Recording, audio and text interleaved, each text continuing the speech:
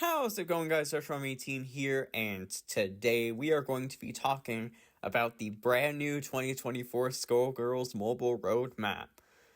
Now, first, before I give any opinions, I need to just go over what is in the plans for the upcoming months of this year. So, in the next update, there's going to be a revamp to PS Street Pity.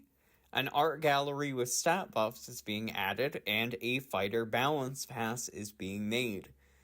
Then, in the pipeline, we have the guest star assist mechanic being added into the game, a main menu revamp, a fight replay system for players to utilize, the foundation of guilds. Yes, they actually went into detail for guilds this time and didn't just say it was coming soon. And then an in-game glossary of terms such as buffs and debuffs. And then further down the line, past the pipeline, new origin stories, more guild content, more game modes, and character kit balancing pass. Now, first, for my opinions on what is actually coming right away, the PF Streak Pity is something I am a little bit mixed on. So what their system that they've talked about is that they're going from the scaling Theonite cost to restore a streak to being able to restore your streak one time for free per streak. And then, after that one time for free, it only scales up to a maximum of 25 Theonite per restore. So it goes from a big commitment and of your Theonite to restore to being pocket change.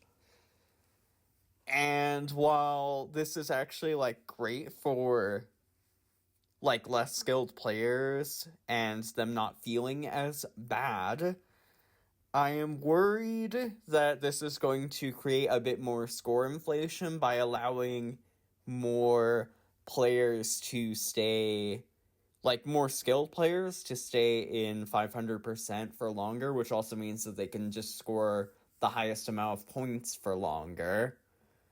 We'll have to see how it actually impacts when it's released in-game, but that's my worry about it right now. Next is the art gallery. They are tying stat buffs to this thing. Hopefully they actually just make it fairly straightforward to actually unlock these art pieces and unlock these buffs. Because if they don't, oh boy, it's going to be quite the gatekeep to stay in the meta and get the buffs.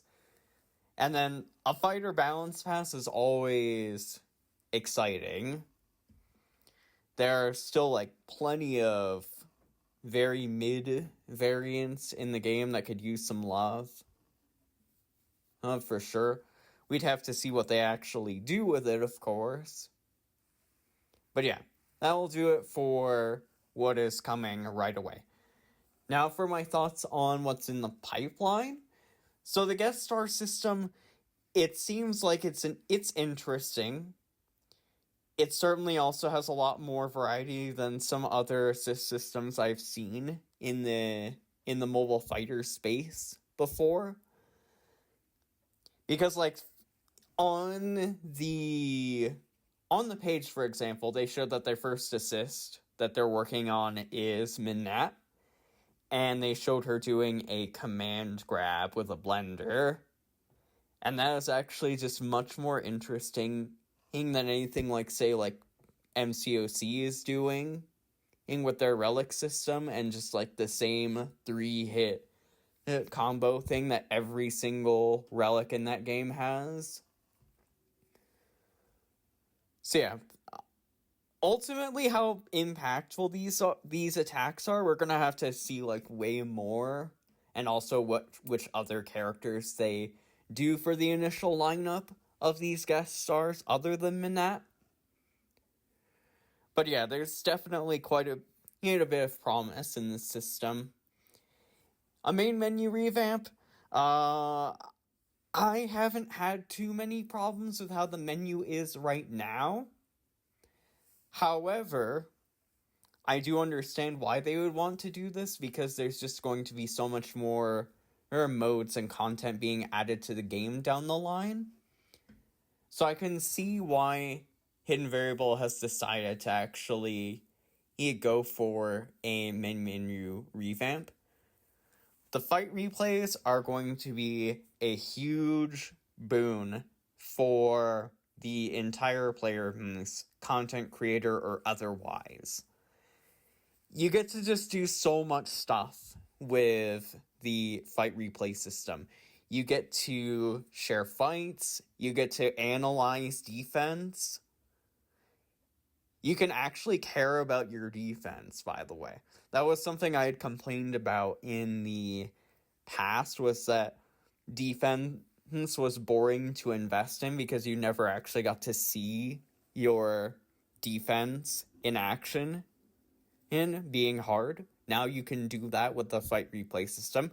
You can catch cheaters with the fight replay system, unless they develop some kind of way to get around it, but that's beside the point. Overall, the fight replays, I'm really pumped for those. The guild stuff. I am so happy that the Foundation is going to actually have content and not just be a glorified group chat. That is all I have to say on that for now.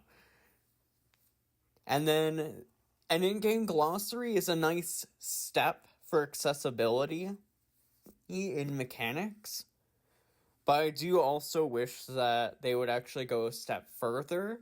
They didn't even mention this part in any part of the roadmap. That they would go a step further and clarify things like damage bonuses scaling with base attack only versus damage bonuses scaling with the combined attack, which is your base attack plus your move investment attack boosts. I do wish they would actually, go a step further with this sort of clarification stuff. But a glossary of terms like buffs and debuffs is still nice to have in game. And then for the things that were further down in the pipeline, new origin stories are going to be really nice to get to. Hopefully they actually make more like Master, and even higher difficulty ones for just more rewards and more challenge. There's of course going to be additional guild content. The roadmap did talk about having both competitive and cooperative. So the crowds that would be wanting, I did notice when I did my guild video that there was a crowd that actually wants a sort of competitive mode, like the likes of a Guild Rift or something. So I feel as though that they are going to actually try to get to both of those crowds that want more cooperative and more competitive content. I was more interested in more cooperative content myself. But it's nice to see that they're going to be accounting for both of those crowds with the additional guild content.